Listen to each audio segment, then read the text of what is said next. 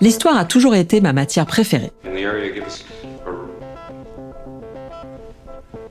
Peut-être parce qu'elle rappelle que les choses changent et peuvent donc encore changer. Mais que fait-on au juste quand on prétend faire de l'histoire ? Rares sont les historiens qui ont répondu à cette question, à quelques exceptions près, comme l'historien médiéviste et résistant juif Marc Bloch, qui entre au Panthéon en juin 2026, 82 ans après son exécution par la Gestapo en 1944.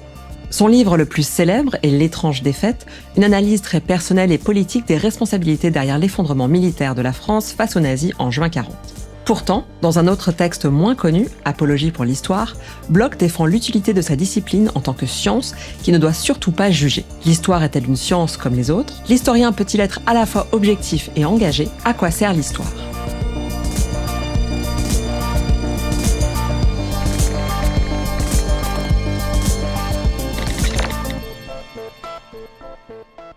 Cet épisode a un format un peu particulier parce qu'il va s'appuyer non pas sur l'œuvre d'un invité, mais sur celle de Marc Bloch, que l'on va découvrir en interrogeant des chercheurs et des chercheuses qui ont écrit sur ses travaux. Parmi eux, Annette Becker est historienne, professeure émérite à l'université Paris-Nanterre. Elle a préfacé un corpus de textes de Marc Bloch, l'histoire, la guerre, la résistance.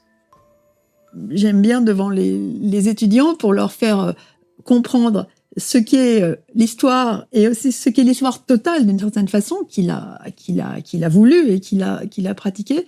J'aime bien prendre l'exemple dans une salle de cours en général, on a un pupitre, une table. Et j'ai dit, on regarde cette table et évidemment cette table, elle est sans doute là depuis 10 ans, donc elle est du passé, elle appartient à l'histoire. Alors, qui l'a fabriquée ? En quel matériau elle est, quel graffiti il y a, qu'est-ce que ça nous apprend sur la façon dont les étudiants voient le politique ou voient l'amour, parce que les graffitis, c'est en gros ces deux sujets. Et j'avais l'impression de jouer les petits Marc Bloch. Il dit dans l'Apologie, l'histoire c'est distrayant. C'est-à-dire que c'est une recherche, c'est presque un jeu de piste, un jeu sur les traces. Depuis la fin du XIXe siècle et l'école méthodique fondée par Charles Seignobos et Charles-Victor Langlois, l'histoire s'affirme comme une science rigoureuse fondée sur une méthode précise pour analyser et interpréter les traces du passé. Marc Bloch s'inscrit dans cette démarche, mais il insiste sur le fait que l'histoire s'écrit toujours depuis le présent, à partir du vécu de l'historien. C'est pour ça qu'il cite souvent le médiéviste Henri Pirenne, qui disait « Je suis un historien, donc j'aime la vie ». Et en l'occurrence, Annette Becker explique bien comment, dans la vie de Marc Bloch, la Première Guerre mondiale, dans laquelle il combat comme officier, est une expérience fondatrice de ses réflexions d'historien. Dans le livre, il y a beaucoup de photos qu'il a prises et qu'il a légendées. Oui. On peut dire qu'il abordait cette expérience en historien déjà, avec de réflexes d'historien ? Bien sûr. Bloch aimait deux choses, la photographie et le cinéma. Il a bénéficié, je peux dire, de la révolution du petit Kodak. Pendant qu'il était au front, il allait visiter des églises médiévales, il y a des photos d'églises médiévales. Ce qui est très frappant sur ces photos, qu'il y soit ou qu'il y soit pas, c'est la volonté de montrer les hommes. Et d'ailleurs, on le voit bien sur les légendes, parce qu'il doit avoir peur quelquefois de ne pas s'en souvenir après, et il a mis toujours les noms des hommes. Et dans la période où il écrit sur les souvenirs de guerre, il nomme aussi les hommes, et en particulier, on les retrouve sur les photos. Il y a quelques mineurs du Pas-de-Calais qui se trouvaient dans son escouade, et il raconte la mort de l'un d'eux de façon extrêmement émouvante, parce que c'est le premier mort de près qu'il voit, et il se trouve que c'était quelqu'un avec qui il avait beaucoup sympathisé. Ce qu'il en retient, c'est cette connaissance d'homme d'un autre milieu. Il a toujours vécu entre normalien supérieur et agrégé d'histoire, ou de lettres. Et tout d'un coup, il voit ces mineurs du Pas-de-Calais, il voit ce cordonnier breton, et ça lui ouvre une autre façon de voir le monde. L'objet de l'histoire est par nature l'homme. Disons mieux, les hommes. Derrière les traits sensibles du paysage, les outils ou les machines, derrière les écrits en apparence les plus glacés et les institutions en apparence les plus complètement détachées de ceux qui les ont établis, ce sont les hommes que l'histoire veut saisir. Le bon historien, lui, ressemble à l'ogre de la légende. Là où il flaire la chair humaine, il sait que là est son gibier. C'est important cet accent sur les hommes au pluriel. Les historiens ne sont pas des philosophes qui parlent abstraitement de l'homme en général.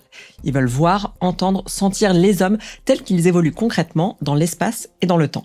Il dit que l'histoire, c'est la science des hommes dans le temps. Les paysages, le bleu du ciel, c'est le chimiste qui va nous expliquer comment fonctionne le bleu du ciel. Tout ça, c'est très bien. Mais nous, on a quelque chose de plus à apporter. On a apporté ces changements dans les sociétés, ces changements dans les êtres humains qui font que le passé est intéressant en lui-même. L'historien, justement, il sert à cela. Il sert à partir d'observations qui ne sont pas des observations de laboratoire, évidemment, comme le chimiste ou le physicien, mais qui sont des observations réelles. Il peut essayer avec modestie, mais avec certitude aussi, de restituer ce qu'a été l'expérience du passé. En fait, on peut arriver à une vérité sur le passé. Alors, il faut de la méthode. Il disait, Bloch, souvent que l'historien est un juge d'instruction.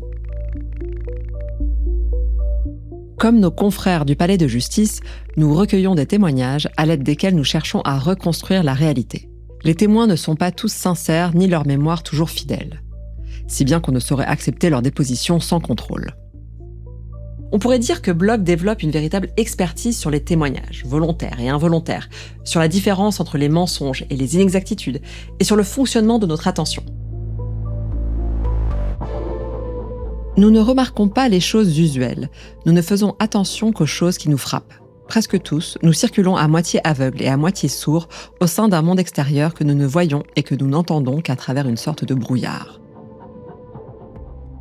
Les faits historiques n'arrivent pas tout faits. C'est l'historien qui les construit en interprétant les archives et en vérifiant les témoignages avec méthode. Cette dimension est fondamentale pour Marc Bloch dans la mesure où il considère qu'il pratique une vraie science capable de produire des vérités objectives et non pas une suite d'opinions subjectives que chacun pourrait accepter ou refuser. Sur cette exigence scientifique, Marc Bloch s'inscrit donc dans la continuité de l'école méthodique. En revanche, là où la revue des Annales d'histoire économique et sociale qu'il fonde avec Lucien Febvre en 1929 va s'en démarquer, c'est dans la volonté d'élargir le champ de l'investigation en sortant d'une histoire événementielle, individuelle et politique, et en s'ouvrant à la sociologie et à l'économie pour produire une histoire sociale. L'idée de la société humaine était quand même très limitée pour eux à la mise au point des faits des élites.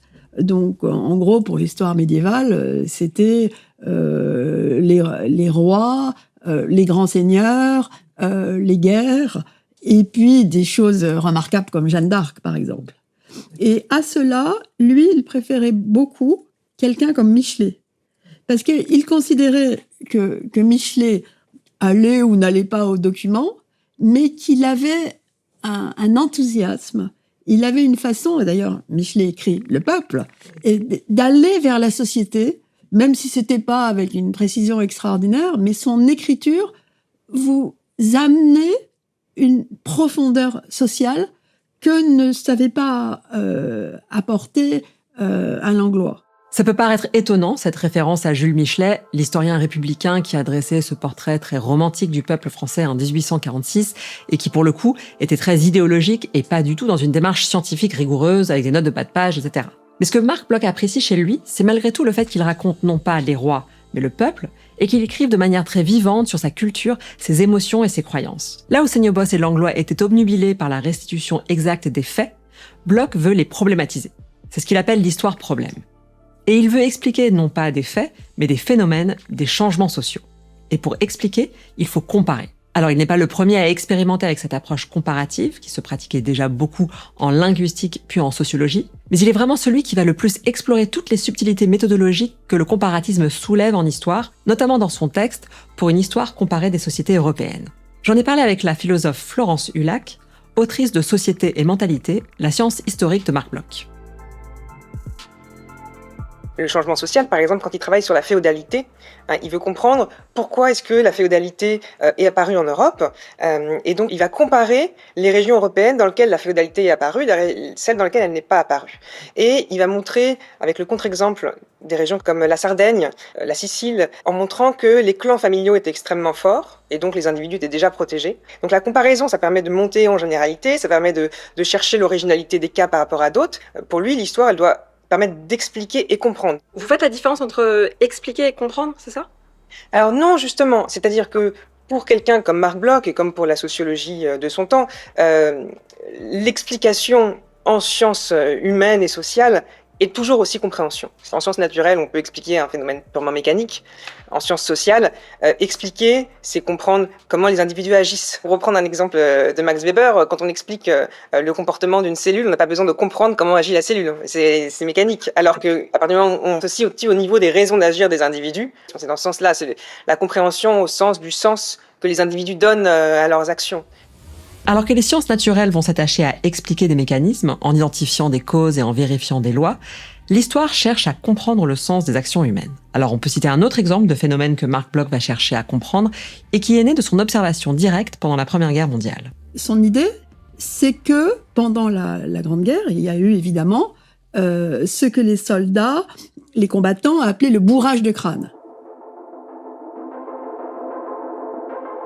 C'est-à-dire, les combattants pensaient que les bobards, les rumeurs, c'était quelque chose de l'arrière, et il disait en plaisantant, il le reprend dans les rumeurs, que du moment que c'était imprimé, on était sûr que c'était faux.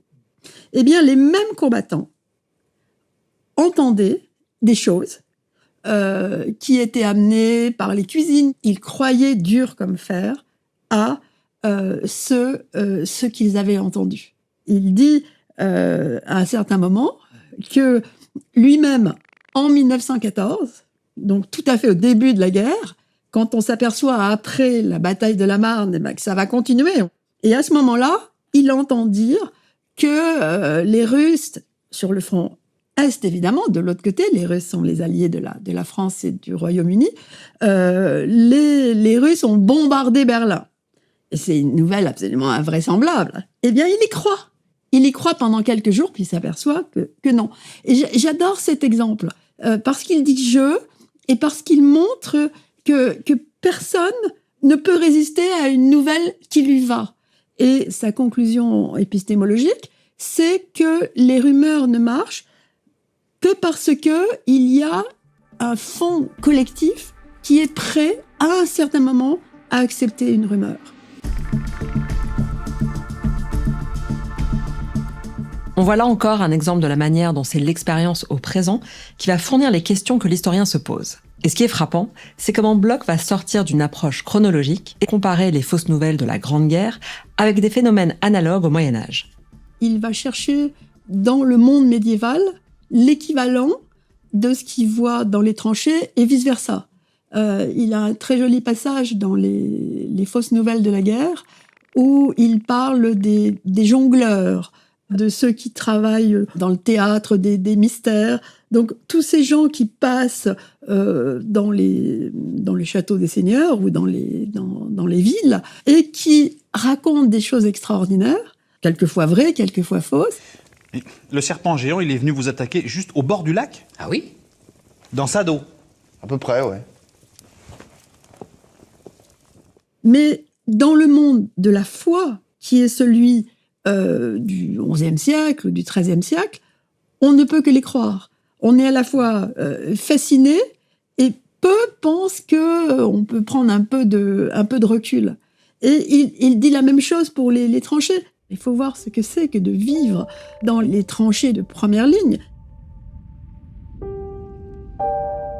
Pour réussir à survivre, eh bien, il faut une vraie foi, une vraie croyance. Alors, il y a la croyance en la patrie, mais quand on est dans un mètre debout, la croyance en la patrie, il y a un moment. Et donc, on a besoin de renforcer ces croyances. Et c'est pas le hasard s'il écrit en même temps et s'il fait les recherches en même temps sur les rois thaumaturges, qui est la comparaison des rois britanniques et des rois français sur la croyance qu'ils étaient capables de soigner, de guérir une maladie de peau qu'on appelle les écrouelles.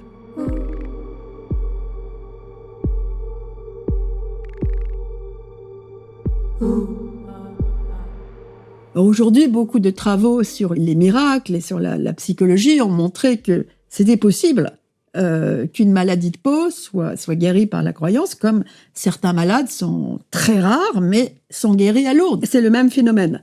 Eh bien, il en a fait un objet d'histoire exactement au moment où il travaillait sur les fausses nouvelles. C'est toujours l'idée de son histoire régressive, de réfléchir au présent pour aller vers le passé et au passé pour comprendre le présent. Donc en fait, ça circule dans les deux sens. C'est grâce à son expérience des fausses nouvelles du présent de la Grande Guerre qu'il va mieux comprendre la culture orale du passé médiéval, c'est la méthode régressive, et en même temps, connaître le passé éclaire le présent.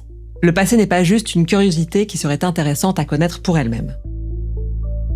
Nos actes, nos croyances, nos coutumes, les formes que revêtent nos sociétés ne s'expliquent bien souvent que par les traces parfois inconscientes qu'ont laissées en nos esprits des âges extrêmement reculés. En l'homme d'aujourd'hui, si détaché qu'il se puisse prétendre de toutes les antiquailles, survivent ses plus primitifs ancêtres. Marc Bloch est un grand médiéviste qui a articulé des thèses scientifiques sur un passé lointain dans des ouvrages qui ont fait date comme Les Rois thaumaturges ou La Société féodale. Mais aujourd'hui, son livre le plus connu est L'étrange défaite, qu'il écrit en 1940, juste après la déroute de l'armée française dans laquelle il s'était engagé. Et ce qui est fou, c'est que ce texte qu'il écrit à chaud, avec très peu de recul, est considéré aujourd'hui comme l'une des analyses les plus pertinentes et pointues des défaillances militaires et politiques de son pays. Les politiques, qui sont plus âgés, connaissaient tous la Grande Guerre, et évidemment Pétain le premier, qui était à la retraite depuis longtemps. Il le reproche en particulier, il a une formule très, très, très forte, « nous pensions en retard ». Il se met dedans. Et nous pensions en retard parce qu'on pensait faire la guerre de 14. L'offensive aérienne allemande se déchaîne, dévastant les carrefours stratégiques, les terrains d'aviation, les raffineries et les stocks d'essence. Les Français sont maintenant confrontés à la réalité de la guerre moderne. Nos chefs ou ceux qui agissaient en leur nom n'ont pas su penser cette guerre. En d'autres termes, le triomphe des Allemands fut essentiellement une victoire intellectuelle. Les Allemands ont fait une guerre d'aujourd'hui sous le signe de la vitesse. Nous n'avons pas seulement tenté de faire, pour notre part, une guerre de la veille ou de l'avant-veille. Au moment même où nous voyions les Allemands mener la leur, nous n'avons pas su ou pas voulu en comprendre le rythme accordé aux vibrations accélérées d'une ère nouvelle. Là, il est témoin. D'ailleurs, le livre commence par présentation du témoin et le livre dit « je » tout le temps. Et en même temps, le livre se termine disant « en espérant que nous ayons toujours du sang à verser ». Donc, il est historien de 39-40 et en même temps, il est déjà dans la prospective de la résistance. D'ailleurs, écrire L'étrange défaite, c'est déjà être dans la résistance de l'esprit. C'est déjà résister à ceux qui ont mené à la défaite et surtout à ceux qui ont décidé que la défaite voulait dire la collaboration. C'est le cœur serré que je vous dis aujourd'hui qu'il faut cesser le combat. Je me suis adressé cette nuit à l'adversaire pour lui demander s'il est prêt à rechercher avec moi, entre soldats, après la lutte et dans l'honneur, les moyens de mettre un terme aux hostilités. Pour un auteur qui est aussi à cheval sur la rigueur scientifique, sur l'autonomie de la science historique par rapport aux politiques mémorielles de l'État ou par rapport à n'importe quelle cause politique, c'est intéressant de voir qu'il assume non seulement sa position de témoin très impliqué dans les événements qu'il décrit, mais même aussi une position de juge. L'étrange défaite, c'est un livre qui a un statut un petit peu étrange. Mon impression, c'est que en fait, le livre n'est pas construit comme un livre d'histoire, parce qu'il est construit à partir d'un jugement moral, en tout cas d'un jugement politique, qui est que l'état-major est responsable de la défaite. Or, lui, dans l'Apologie pour l'histoire, il nous dit bien, l'histoire n'est pas là pour juger, elle est là pour comprendre. Ouais. Donc, il me semble qu'il assume clairement un questionnement qui n'est pas un questionnement d'historien, qui est responsable. En même temps, pour répondre à cette question, il va mobiliser des savoirs, des connaissances qu'il a pu construire en raison de son esprit d'historien. Mais c'est pas la même démarche. Et qui est responsable? C'est pas pour Marc Bloch une question historique, c'est une question politique. Pour mieux comprendre ce contraste entre l'étrange défaite et l'apologie pour l'histoire, j'ai appelé Gérard Noiriel, qui a développé un courant de recherche qui s'appelle la socio-histoire et qui a été pionnier de l'histoire de l'immigration en France avec des livres importants comme Le Creuset français. Lui-même s'est beaucoup appuyé sur l'œuvre de Marc Bloch pour réfléchir à la question difficile du rapport entre le travail de recherche scientifique et l'engagement politique. L'étrange défaite, où c'est pas le savant qui parle, c'est l'intellectuel. Ça, c'est aussi l'objet de polémiques, de controverses, y compris dans notre propre milieu. C'est la question du rapport aux politiques. On produit des connaissances qui peuvent avoir des conséquences politiques. Parce que ce qu'on va découvrir, notamment les formes de domination, parce que ça c'est un fait historique incontestable, nos sociétés sont fondées sur des rapports à la fois de solidarité, de domination. Bon, eh bien mettre en œuvre, mettre en lumière des choses qui sont cachées, qui sont ignorées, eh bien c'est une manière aussi de contribuer peut-être à aider ceux qui souffrent de ces formes d'exclusion, de politiser la question, d'en faire un objet politique. Mais c'est pas notre travail, nous, en tant qu'historiens. La difficulté de ce que je vous raconte, c'est que, comme Bourdieu disait, je n'aime pas en moi l'intellectuel, c'est qu'on joue sur les deux tableaux. On est comme des funambules. C'est le problème de l'auto-analyse, aussi de l'autocritique qu'on trouve chez Marc Bloch. Dans ses ouvrages, Marc Bloch nous introduit à une démarche qui vise à s'interroger aussi sur ses propres limites, ses propres erreurs, ses contradictions. Lui ne se disait pas du tout historien engagé.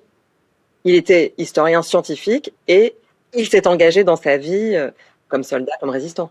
Mais c'est séparé. Voilà, c'est d'ailleurs une sorte, quand il dit « nous avons du sang sur les mains », il y a une formule très très forte dans son livre sur l'étrange défaite.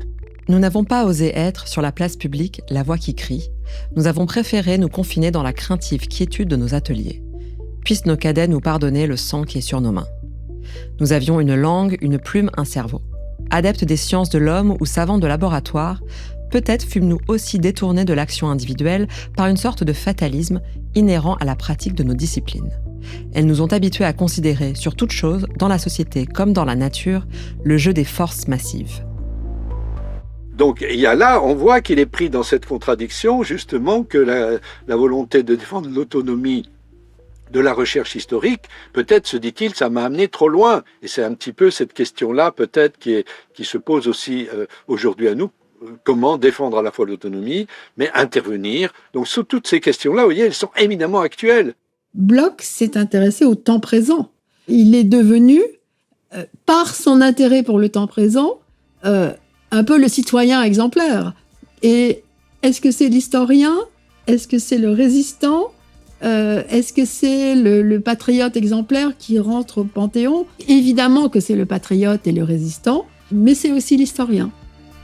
Pour Marc Bloch, l'histoire est la science des hommes dans le temps, la science du changement social. Les historiens partent des questions et des problèmes du présent pour interroger le passé qui éclaire à son tour les sociétés contemporaines.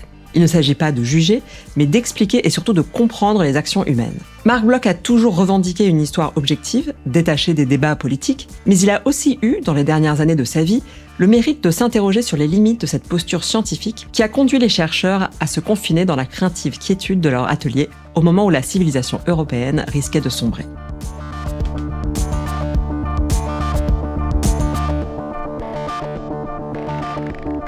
Pour aller plus loin, mes sources sont en description et pour garder les idées larges, il y a d'autres épisodes. À bientôt!